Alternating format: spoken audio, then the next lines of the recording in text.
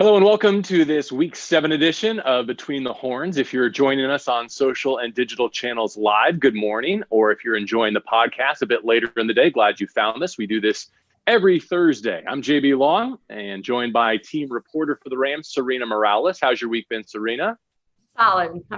I'm, as you said earlier, I'm excited that we have an extra 24 hours given it's Monday Night Football. That's right. It does pace the week out just a little bit. And there's our Super Bowl champion, DeMarco Farr, working on his sight words, the wall behind you. Thank you. You got to practice, man. It's all about fundamentals, right? You know, I can go to the bathroom. Good stuff. And joining us for the first time, a former NFL tight end, my friend and colleague from the Pac-12, also does great work for Fox Sports, Evan Moore, who just so happens to be Nick Foles' brother-in-law. So we'll get to that a bit later on. He's going to give us the full family scouting report. How are you, Evan? I'm great, guys. Thanks for having me on. I appreciate it. This is cool because I grew up in Southern California, and I was a Rams fan back when the Rams were playing home games in Anaheim. Like, I grew up a big Rams fan, right? Then they go to St. Louis and they come back. So this is a great time to be a Southern California sports fan too, given the start for the Rams, and you guys are probably as locked in as I am to the Dodgers in the World Series too. So these are good times for SoCal sports. That's for sure. Yeah, 1-1 against the Rays. All right, Serena, as you know, the Rams sit at 4-2 now. Another primetime matchup awaits. Good to be back at SoFi Stadium. Monday Night Football against the 5-1 Chicago Bears. So some NFC playoff implications. Before we break down that matchup, as always, let's see what we learned from a week ago, the loss to the 49ers. Take it away. Yeah, I mean, overall, right? We saw that the offense just wasn't what we've seen them be this season. They couldn't get anything together. So was it one of those just off games? I mean, the Rams were held to just under 200 yards passing for the second time this season. Goff was off. He completed a season low, 19 passes, 50% completion, a season low as well. I also would just like to add in Cooper Kupp. I mean, a guy that we look at and we're like, save us, had 3 receptions for 11 yards. Evan, I would love your thoughts.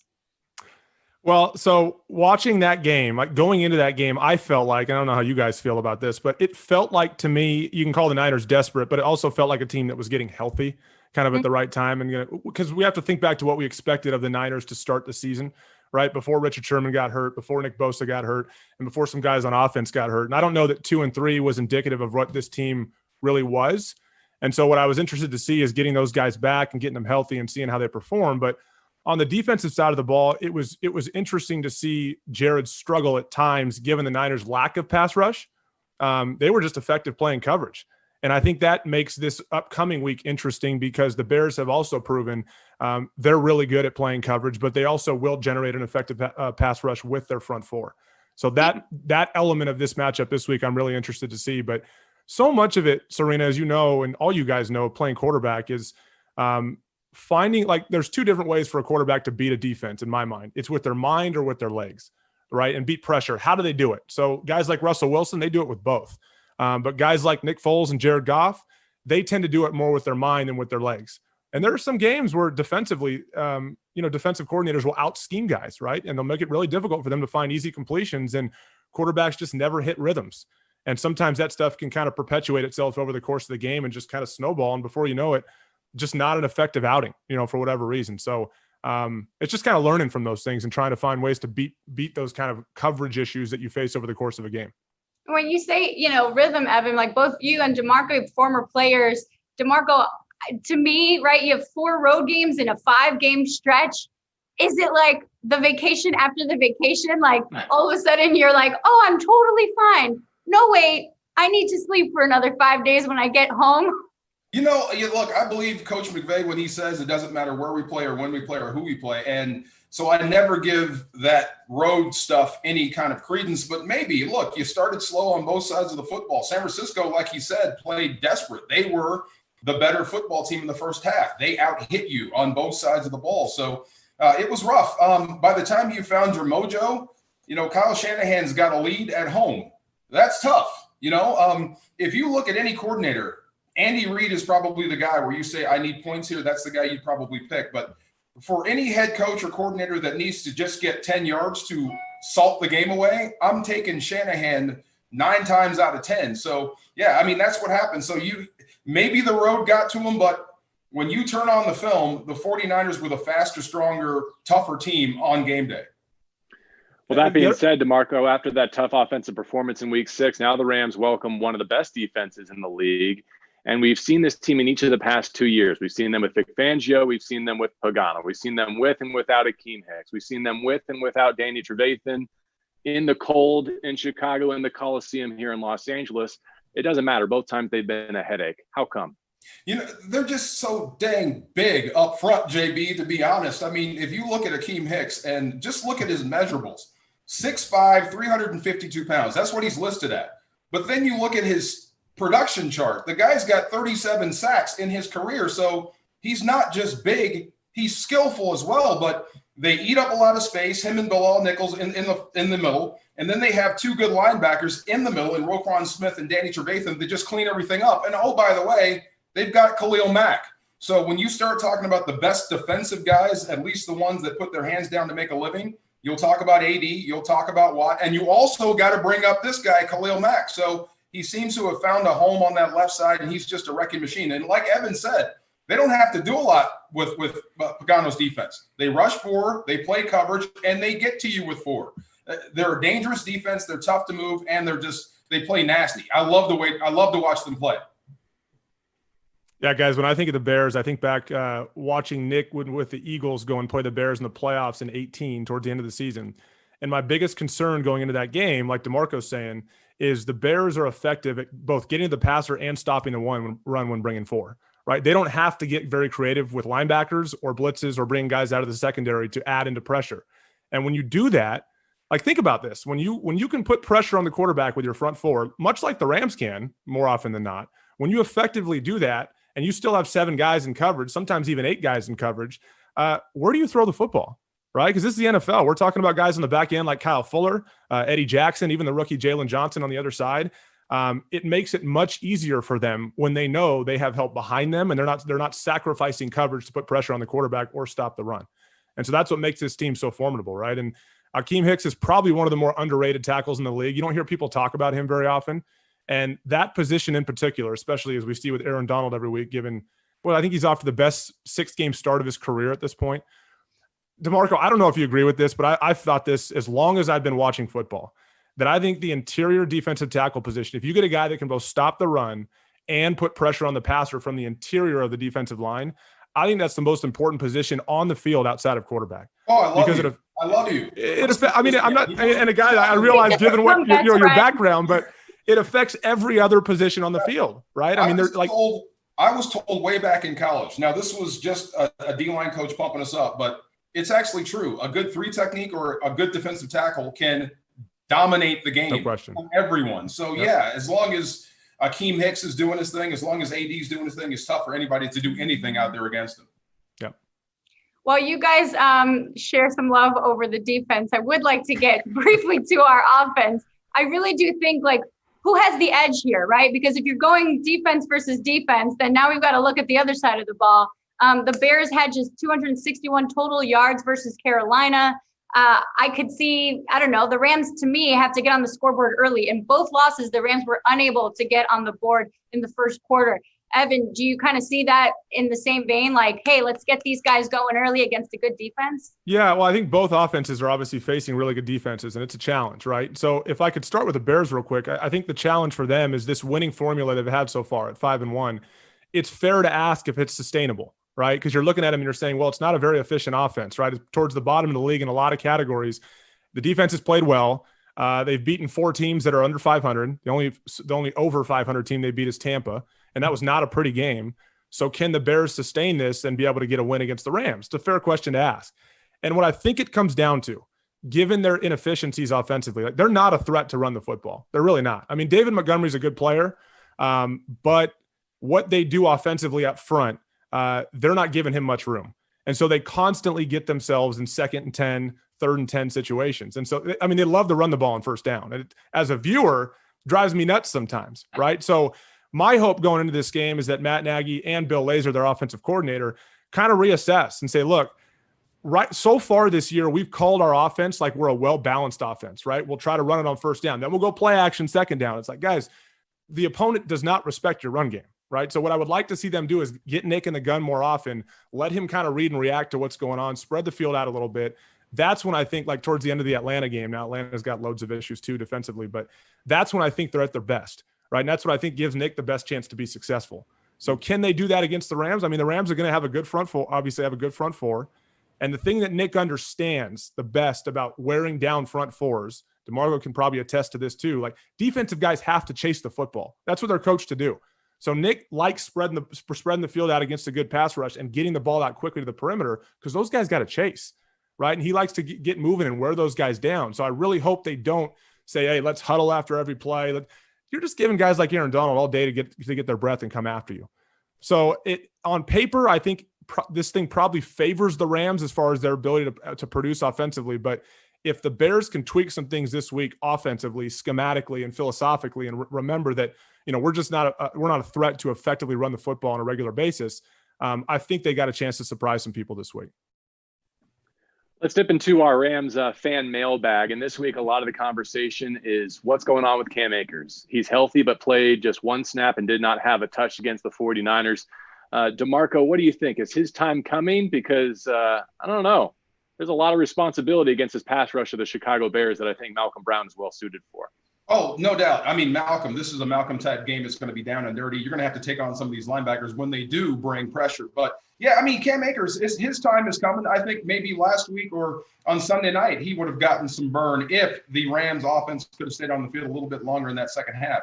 And the play calling wasn't so disjointed. So, and think about it. You really had to cover up for a defense that was just giving up chunk yardage to the 49ers. So a lot of that game plan went out the window. But at some point, Cam Akers is going to get in there. Darrell Henderson is doing well. He's running. He's very explosive when he gets the rock. And Malcolm Brown, is, like you said, is very consistent. And you can count on him in pass protection. But Cam Akers is kind of a do-it-all, and there's got to be a package for him. And look, it could be this week versus the Bears, because I agree with everything Evan said, but put it to the Bears. You're going to have to make these guys go side to side. Screens are going to have to actually be called and work to pull these guys off the hash mark so you can make some money with either Robert Woods or Cooper Kupp coming back. But Cam Akers at some point is going to factor in big to a game. Factor in big to the Rams win. His yards after contact and ability to break tackles is really unique. And this seems like the opportunity where that could really come in handy. I get the fan frustration, right? Because the top 4 draft picks from this class we were all so high on, Akers, Van, Lewis, Burgess, just 22 snaps combined. And here we're getting to the midway point of the season. It's like, where's this rookie class? It's still 6th-round pick Jordan Fuller at safety, who's made the biggest impact, and he's on the shelf. I think part of it is a nice luxury to have. Because of the relative health of this roster, you haven't had to thrust those young players into larger roles. But it does feel like sooner or later they're going to sink or swim and their time is coming. I feel like that for Burgess, who got good reps against Kittle. Certainly for Lewis, who now has 2 games under his belt. And Akers, I feel like, as the lead pick of this draft class, is eventually going to start to take over a bigger piece of the pie. The one I want back more than anything is Lewis, that outside linebacker. I think you have a big hole at outside backer, and his name should be on that starting lineup. So at some point, let's hope to get him back in there. We're going to jump quickly to rapid fire. We're going to roll through a bunch of different topics and matchups heading into Monday Night Football against the Bears. Evan, I'm going to start with you. Nick Foles, you know him well, better than any of us. What makes him so successful? When I watch their game against the Panthers, to me, he's very good at getting rid of the ball quickly. We don't want a quarterback to hold on to the ball. What do you see in him? No, Serena, you're right. I mean, like I said, it goes back to when you're evaluating quarterbacks, beating pressure. That's what it comes down to, typically on 3rd down. Right now, the Bears have caught themselves in far too many 3rd and longs. But when you do see pressure, how do you beat pressure? Like, we talk about this in college football all the time. Does a guy beat pressure with his legs or with his mind? Now, the great ones can do it with both, like Aaron Rodgers, Russell Wilson, Pat Mahomes. Nick is a prototypical pocket passer, right? He'll be the first one to tell you, I'm not beating pressure with my legs. But his strength is that he likes to play. He always talks about it. He likes to play in the gray, meaning he doesn't want to go to the line of scrimmage and be told, I need to go, I am going there with the ball before the ball is snapped. He likes to read and react. And what that implies is that he's really good at processing things behind the line of scrimmage as they unfold. And his whole career, no matter where he's been, he's always pushed for the flexibility to do that, both pre and post snap. He's wanted the flexibility. He drives him nuts when offensive coordinators are on him from the sideline. This is where I want you to go with the ball, because he feels like his strength is beating pressure by seeing things happen and unfold. And so I think that's a big part of it. And the other thing, like I referenced earlier, is just understanding the game and understanding your opponent defensively. So today, like this week, you got a guy in Aaron Donald where it's not in your best interest to have like your big 5 to 7 step drop back game or big play action. It's not going to work for him this week. That ball has to come out, right? And you got to move quickly too. Like you guys, when they were playing Tampa a couple of weeks ago, he was on the sideline and kind of had a animated exchange with Matt Nagy. And that whole thing was about, let's go. Like when we get in the red zone and I see the defensive linemen with their hands on their knees or their hands on their or hands on their waist, like keeling over, let's move. Let's not huddle, right? Because that gives us a chance to get rid of the pass rush and get moving. And I think you're going to see more of that this week. And so the answer to your question really just comes down to his just a good understanding of what his limitations are and what he's facing with his opponent and trying to exploit it. And then DeMarco. That's it. I could go on forever about it, but that's it. That was a Zoom cutoff. Sorry, Evan. Was going to ask DeMarco, like, aside from telling the defense that the game kicks off at 11:30 this week, how do we get the second half defense to show up from the kickoff? Well, look, you got to play better up front. That's number one. If you go back and look at that San Francisco tape, they were absolutely mauled on 1st and 10, and they couldn't get the 49ers to third down. So when you did trap Garoppolo in those 3rd and 15s, you actually got pressure. So same with Nick Foles this week. You've got to tackle well on the perimeter. You can't give up yards. You can't miss tackles. Set up those 2nd and long, 3rd and longs, and trap him in a situation where he has to drop back to 5 and 7, and then let Aaron Donald lead. So the game plan this week is help out 99. Make your plays when they come to you and set up a big 3rd down, and you will get off the field versus this offensive line, no doubt. But you've got to get lined up. You've got to be ready to play when the ball is snapped, and you can't make mistakes, and you can't have silly penalties. So if you make your tackles on the perimeter, you set up 99 for a big day. For both of you, and JB, I'm sure you've got some good insight here. AD and Khalil Mack, both drafted in 2014, both have played 100 games. If we redrafted the 2014 draft, took the top 5, I would love to hear each of you who you got. To give you some reference, Khalil Mack went 5, Taylor Lewan went 11, OBJ went 12, AD went 13, DeMarcus Lawrence went 34, Devontae Adams 53, Jadeveon Clowney number 1 in 2014.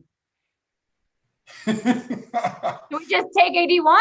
Of course. Bias here? Really? What kind of question is that? This guy's going for his 3rd, defensive MVP award. Of course you take him number 1. I mean, I think Clowney drops a little bit. Khalil Mack may even rise. But, yeah, I mean, is it any question that you would take 99, number 1? Look, I'm trying to be unbiased as I wear the Rams hoodie here, okay?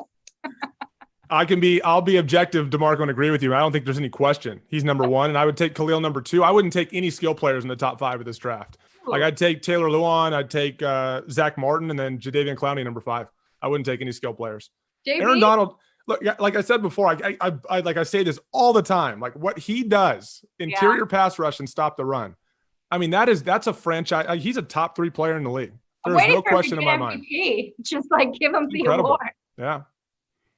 So I'm obviously trading all of my picks to get up to 1 for Aaron Donald. If I have any capital left, yes, I agree. Mac is probably 2. I am taking skill guys. Like I'm going Mike Evans and OBJ and calling it a day. I might even layer in Jarvis Landry or Brandon Cooks or somebody and say, I'm set for the next 8 years.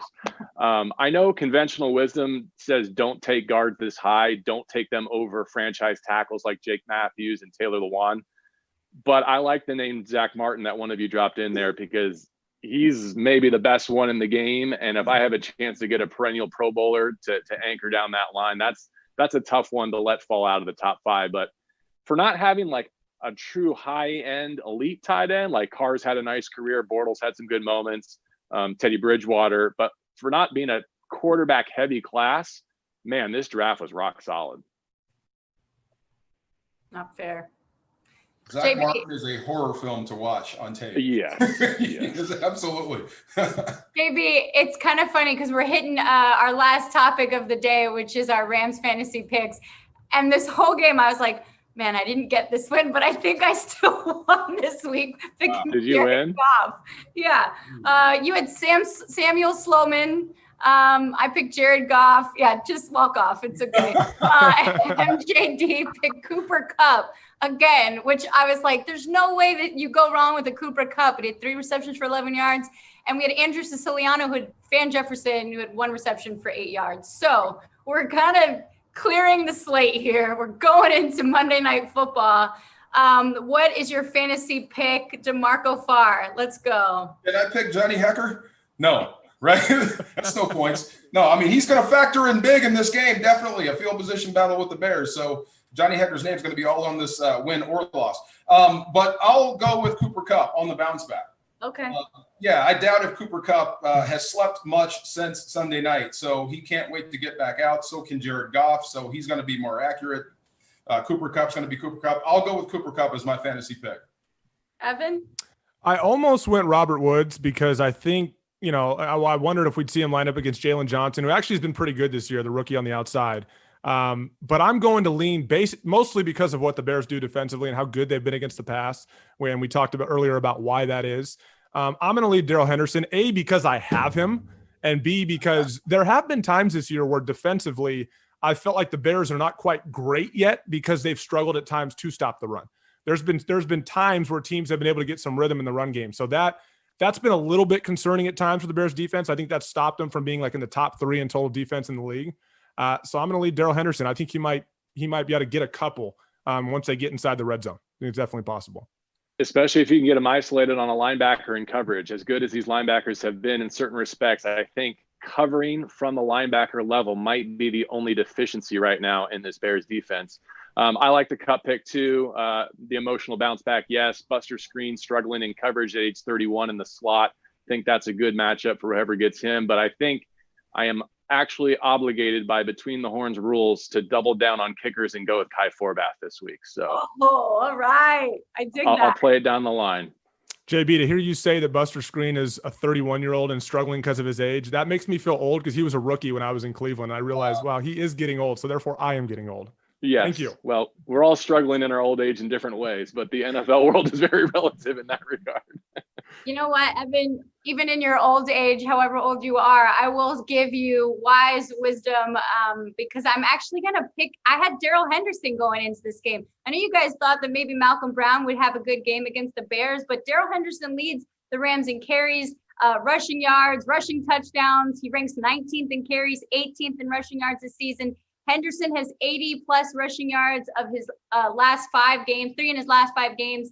The Bears have allowed 3 players to rush for 80 plus yards this season: Ronald Jones, Adrian Peterson, and Todd Gurley. We just dropped Todd Gurley to pick up a Cam Akers and give space to Darrell Henderson to see what he's doing. Adrian Peterson, I believe, is 8,000 years old, and Ronald Jones has 2 first names. So I'm going with Hendo. Let's go double down Darrell Henderson. And there's my fantasy pick.